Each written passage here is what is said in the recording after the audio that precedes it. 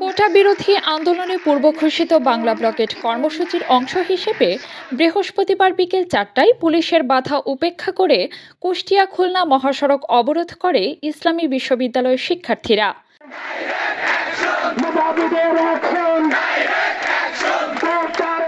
ক্যাম্পাসের বটতলা থেকে বিক্ষোভ মিছিল নিয়ে প্রধান ফটকে গেলে বাধা দেয় পুলিশ।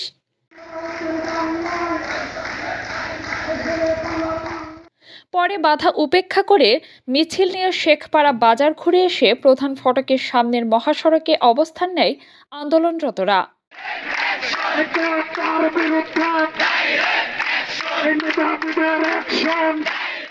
পরিস্থিতি মোকাবেলায় বিশ্ববিদ্যালয়ের প্রধান ফটক এলাকায় অতিরিক্ত পুলিশ মোতায়েন করা হয়েছে।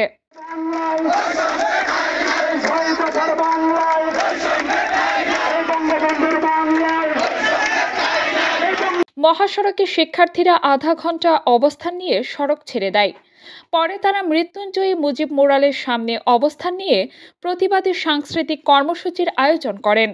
সন্ধ্যা ৬টায় আন্দোলন শেষ করেন তারা।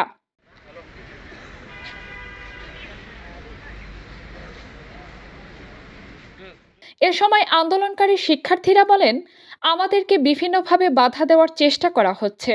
আমাদের দাবি মেনে না নিয়ে বিভিন্ন বিশ্ববিদ্যালয়ে আমাদের সহযোদ্ধাদের উপর যে হামলা চালানো হচ্ছে তার প্রতি তীব্র নিন্দা জানাই। সাধারণ শিক্ষার্থীদের কোনোভাবেই দমানো যাবে না। যত বাধাই আসুক না কেন, আমরা আমাদের যৌক্তিক দাবি আদায় করেই ঘরে ফিরব।